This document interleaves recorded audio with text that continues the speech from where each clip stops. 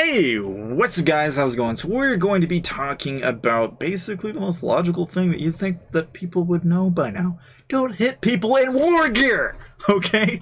Look, I cannot just stress to you how often I have found players in guilds, okay, that not only have 200, 300, 400, 500 million might, okay, and they get this crazy idea in their head that, you know what, if I double rally, triple rally, or quadruple rally someone, regardless of their might, it does not matter how many times I send an attack at them, I will eventually win.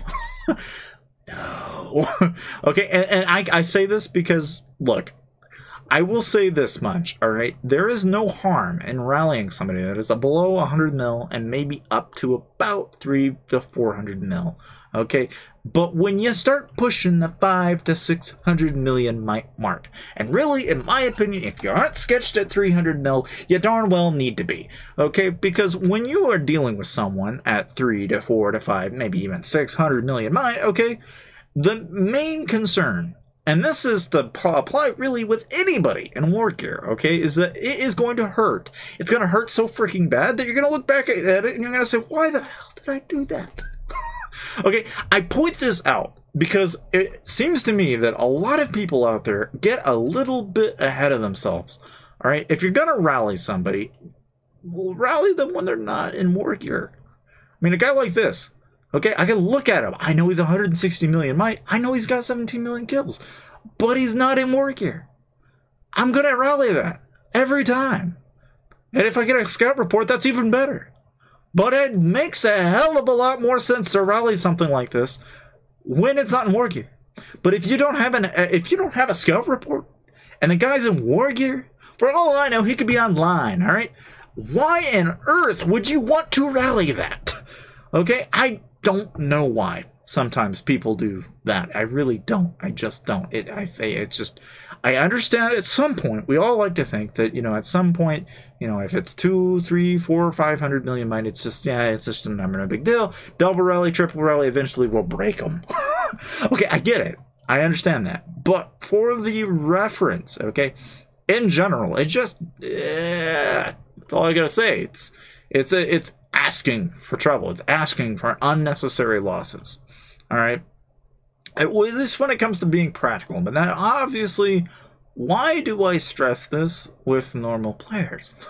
Because normal players don't have the gear to be doing that. Okay? The only people in a kingdom, I think, have the reasonable action to do such a crazy, outlandish concept, okay, are going to be people that are packing all gold gear, okay? And this ain't, you know, level 50 gold gear here. We're talking level 60, you know, gold champ would be a really good plus there, okay? But for the most part, all right, if you are not packing the gold heroes and you're not packing a 50 or 20% army boost and you're not popping at least an attack boost, okay, I'm going to be looking at you sideways. I'm going to look at you a hell of a lot more sideways if you aren't taking the at least consideration, okay, that if you are going to double rally, triple rally, or quadruples rally somebody, that there might just be a slight bit of a chance that person is online, okay? And if you are going to hit somebody that is online, maybe, just maybe, okay, it would be a good idea to kind of make sure that you don't hit them and then let them random away. And most importantly, don't be doing that to people that are in a Wanderer's Province, all right? Because if they're in a Wanderer's Province, here's a little trick for you that in case you didn't know, if they burn, they random, and that cancels every other rally. So don't make that mistake, please. Okay, I find this issue to become quite rampant, and it is not something that I think most people, if they have any experience with rallies, should not be doing. All right. Now, having that said, with that little bit of I want to say, little nitpick, another thing too that I realized that not everybody seems to understand or know is that if you go up and garrison, okay, somebody, for example, if I garrison this account, right?